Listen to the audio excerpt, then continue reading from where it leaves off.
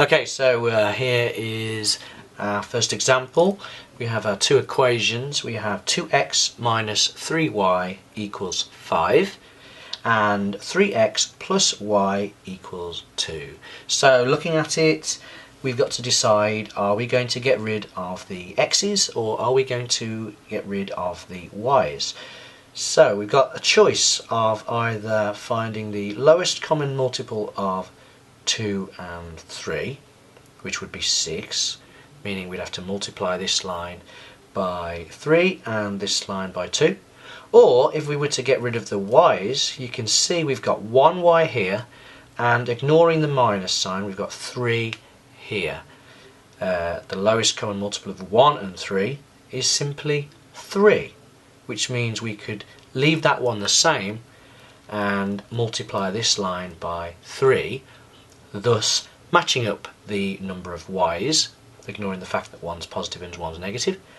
And when we've matched them up, we can get rid of one. So I'll start by calling this equation number 1 and this equation number 2.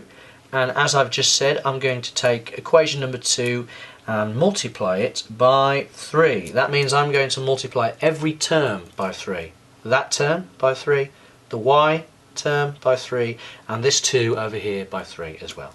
Okay, so 3x multiplied by 3 is 9x.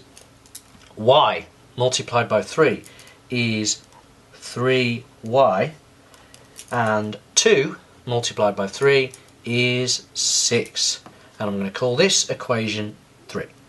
So now you can see we've got equation 1 and we've got equation 3, and they both have the same number of y's. Again, ignoring the fact that that's minus and that's plus.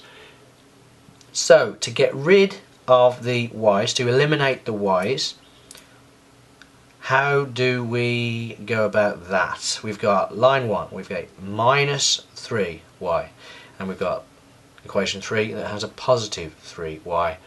The choices, remember, are to add them together, add line 1 to line 3, or we can subtract one from the other. Well, when one is a negative and our y's out here are positive, to eliminate them we are going to have to add the two together. Okay, so we're going to do equation 1 and we are going to add equation 3 to it. So every term from equation 1 we're going to add the term from equation 3. So 2x plus 9x is 11x.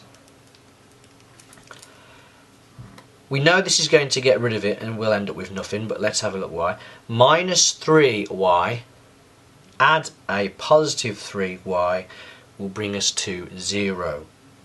So we'll leave that off, I don't even write it on. And then 5 added to 6 gives us 11. So 11x equals 11. Our y's have gone, and now as you can see we've got something really easy to solve. 11x is 11, which means x is 1, dividing both sides by 11. So now I have found out what x is, I can substitute, I'll write that down as well, substitute x equals 1 into equation, and now I'm going to pick one of the 3 equations that looks like it might be easiest for us to do. This one looks fairly easy, equation 2, we've got 3x plus a y equals 2. So I'm going to say into equation 2. I'll write down equation 2 again. 3x plus y equals 2. So remember, we've just found out that x is 1. So 3x here, we know it's 3 lots of 1, so instead of 3x I'm going to write 3. So it's 3 plus y equals 2. Okay, when we need it there, I'm going to subtract 3 from this side and 3 from this side. Subtracting the 3 from this side means we'll be left with a y on its own, and because whatever we do to the left we do to the right, I'm going to do 2 take away 3, which is minus 1. So y is minus 1 and x is 1, and that's done.